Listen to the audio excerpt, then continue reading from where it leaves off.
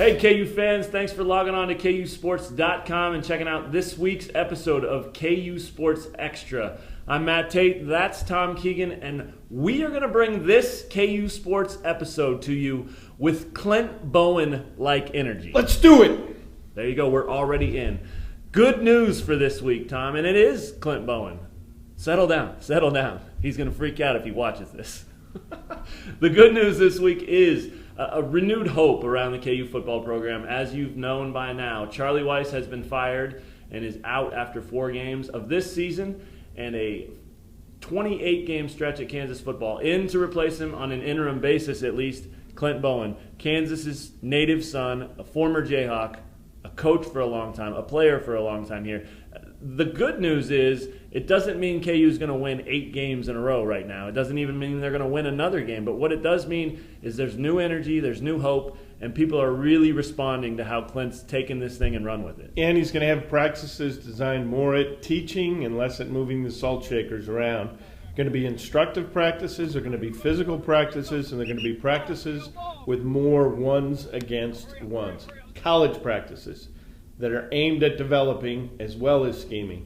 NFL practices aren't aimed at developing as much. No, and we actually got to see it. That's the good news for us in the media.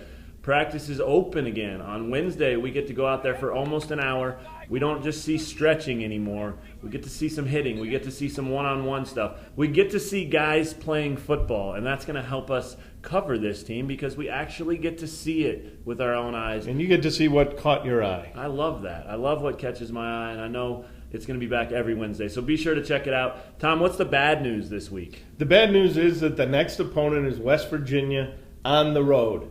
West Virginia, who's had 2 weeks to prepare for Kansas. West Virginia, which lost to Kansas last year and therefore is going to be looking for revenge. West Virginia that lost to Alabama by only 10, lost to Oklahoma by only 12. Clint Trickett, third in the nation with 400 yards passing a game. Kevin White, second in the nation with 158 receiving yards a game. A defense designed at creating mayhem. Right. Not an easy defense to read and a fast defense. That's the bad news. Yeah, that is bad news. And you know, these guys, they keep talking about it, and it keeps coming up every time they go on the road. And they always say, well, that's there. That's something we've got to address. It's a factor. There's no doubt because every time, we don't even have to ask them about it anymore. It actually comes up. They bring it up, and that it's in their head then. So they're closer right now than they've ever been as football no doubt. players. Yeah, there's doubt. No doubt. And when you're close with a group of buddies, you like going on the road. So I think that being on the road's not going to hurt them. Playing West Virginia is more the problem. Yeah, that's definitely bad news. Let's move into Lost in Translation. No Charlie Weis quote this week. We do have one from Clint Bowen, though. Take a listen. The bottom line, and the young man knows at Montel Cozart, QB's gotta perform. Unfortunately, that's the nature of that position. So right there, the offense is going to start with him. We talked about it with him, and he understands that that's a responsibility, and there's plays that have to be made, and you don't have to make the great ones, but you do have to make the ones that are there. Translation: take the plays that are there. You know what I mean by that. Even running plays. If there's one man you got to beat on the field, you better beat him, or at least try to beat him, because you're not meeting the guy on the sideline you're running toward. I'll tackle you myself. And he would tackle. I'm afraid he might, and it would be a very short tenure as interim coach because we see that kind of stuff just doesn't fly anymore. It'd be a heck of a story to cover, though, wouldn't it? It would be a great story. He brings that intensity. I think that John Reagan would get in his way and tackle Clint to keep him from tackling any player that he thinks is giving up on a play. Maybe we can talk to him about setting it up in the offseason just to see it. I don't know. Reagan's more of a blocker than a tackler, but I think if he were mad at someone, I think he could put a pretty vicious tackle on him. I think he'd just block Clint is what he'd do. That's true. Clint Bowen did talk about his intensity on the sideline. He brings it every week as the defensive coordinator. Jumping up and down, landing on guys' helmets. He gets so high in the air. He's got a lot of energy, a lot of passion. Now, let's not make a superhero out of him. He's 0-0. He's from Lawrence, though. He's a Lawrence guy. True. You know about those guys. Yeah, the local boy, Joe Deneen, is now being coached by a local boy. It's incredible. It's exciting. Let's face it. The Bowen family going way back to his father. Chuck Bowen was his name in high school, and Charles Sr., and then Charlie Bowen, the brother, and Chad Bowen, the other brother. Right. He has a son who's playing for Free State. The Bowen family is the number one football family in Lawrence. There's no question. And this whole town, this is bigger than just people supporting KU football now. Lawrence has a reason to connect with KU football, and it's because of Clint Bowen and his family and what he's doing. So that's pretty cool to see, and I think it's really taken off here in the first week. Let's move into Breakdown Street and talk about West Virginia a little more. You already did, but Clint Trickett is a guy I really want to focus on, their quarterback. You said it. The guy is a gunslinger. I mean, he transferred over from Florida State a couple of years ago. That tells you how good he was to play at that level. Sometimes. Yeah, good point. I think it does. Yeah, it's Am I wrong? Well, TJ Millward was at UCLA. Didn't play, though.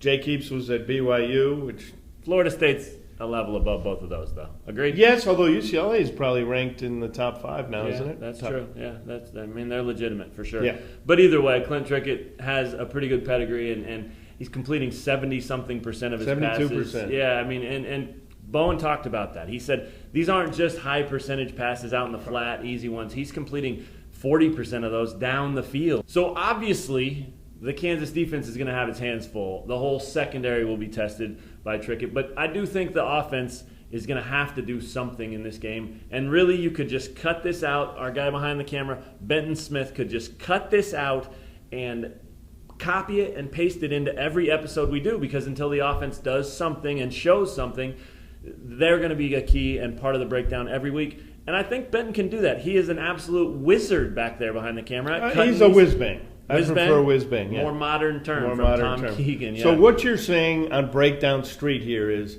it basically comes down to Clint Trickett against Clint Tricks Up His Sleeve. Oh, my God.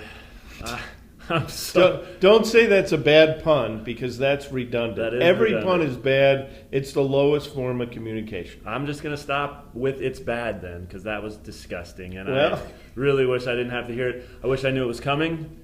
So you could have alerted Benton to turn the camera off? He's a technical whiz-bang. He could have done it. He could have hit power, no question about it. But let's move on to prediction time. We've talked about the game now. It is time to predict a final score. Does Clint Bowen have enough in Week 1 to lead the Jayhawks to victory? And remember, Tom, we are giving predictions, and this entire episode has Clint Bowen energy. So give me your prediction. Move forward, because Clint Bowen is in your face. He's a direct communicator. You make a bad play, he lets you know about it. You make a good play, he lets you know about it. So bring your chair a little forward if you want to get a taste of Clint Bowen energy.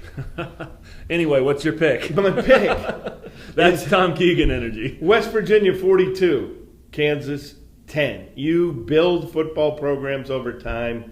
You can't do it in 3 days. You can't do it in 9 weeks. It doesn't mean they won't improve, but this is a terrific team and a tough matchup. There's no doubt. Going on the road is going to be tough.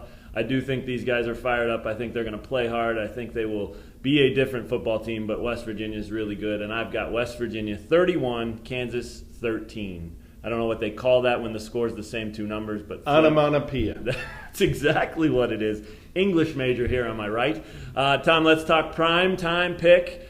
And I'm going to just tease this a little bit, because there's a good chance, and you guys know this, that Tom might pick Tony Pearson. Are you? I am going to pick Tony Pearson this week. I've been right the last couple times I picked him. Yeah. Talk with Tony today. I said, this is a real fast team you're going against. You're a fast player. Do you prefer just playing against slower teams? That way you know nobody can catch you. He said, no, I love a challenge. Athletes love challenges. I love playing against speed. All I got to do is be faster than their fast guys, and he usually is. He usually is, and he loves to race. There's no doubt. I saw him this summer at a field day at an elementary school. First thing the kids did was come up to Tony Pearson and said, I want to race you, I want to race you. He dusted them. Of course he did. It was not even funny. He's got kids of his own. He dusted them. I think it was unbelievable. I think he's the coolest guy on the team, and I said, you're the coolest guy on this team, aren't you, Tony? And he said, nah. I said, well, then who is? He said, good question. Probably that man with the orange hair or the red hair over there. Corey Shepard. Corey Shepard. Yeah. It's Avery that has the orange hair. But It was Nice. Ja'Cory Shepherd. 2 really good picks. I would say this. This is how I would break that down. If we can get back to Breakdown Street real quick. I would break down that Ja'Cory Shepherd is cool and Tony Pearson is cool. Noel, just No, cool. right, just cool. Yeah, well, East St. Louis, he's got that vibe. I mean, I think that's fair. You agree? you look up cool in the dictionary and you see in Igloo. Right. You look up cool. I don't You know see what Tony you see, Pearson. unless you see like the Beatles, cuckoo, cuckoo. Anyway, my pick this week, Dexter McDonald. I'm going to go on defense, and while Tom's thinking about that, I'll tell you why. I think Dexter McDonald has been challenged in the past few games. I think he's been picked on a little bit. He is a big-time cornerback. He is a top-tier cornerback, and he is up for any challenge. But people have thrown his way. I think he's going to be ready for this game. It's a big-time passing challenge for the Kansas defense. I saw him in practice today just standing in a stationary position working on one step like this, one step with Ja'Cory Shepherd. And these guys are going to be ready. I'll go Dexter McDonald, big game, even if Kansas loses this game. Simon and Garfunkel was the Mrs. Robinson song, and then Cuckoo Cuckoo was in that song, but I think I Am the Walrus, I Am the was it Walrus, also in there? right, yeah. So that was in 2 really famous songs. Yeah. Interesting. You It learn is. something new every day. It's a golden era back then. Oh, it always is a golden era. What's not a golden era type of thing is the most obnoxious man in sports. And I know you've got a good one this week. So go ahead and tell these people your most obnoxious man in sports. My most obnoxious man in sports, I'll tell you with Clint Bowen type intensity, is Sepp Blatter. Who's he? He's the boss of FIFA. Why Sepp Blatter the boss of FIFA? I'm glad you asked. It's because in 2015 he announced that the Women's World Cup will be played on artificial turf. Soccer players hate playing on artificial turf. They get all sorts of nasty burns on their legs. Give them natural grass. That's what they want to play on. And then to make it all the more appalling, oh, well, let's just make the women the guinea pigs. And if it doesn't work out, we'll switch back to natural grass for the men. Sepp Blatter, this is very, very disappointing. Change your mind and make us gladder, Blatter. Oh my, this one is full of hits, I got to tell you. My most obnoxious man in sports this week, none other than Carmelo Anthony. I heard a quote from Carmelo Anthony this week that said, I'm going to have to read this too. I think I'm the most underrated superstar that's out there. Wait, it gets better. Comma, but that doesn't matter to me. Then why are you talking about it, Carmelo? I think I'm the most underrated superstar. Baloney. I loved you when you were with the Nuggets. I was a fan of yours when you were with Syracuse. This is ridiculous, though. You're a stud. Play basketball. Don't worry about what kind of superstar you are or aren't. This, on the same day that Peyton Manning said, I'm just honored to be approaching 500 career touchdowns. He's 1 away, and he's 9 away from tying Brett Favre's all-time touchdown record.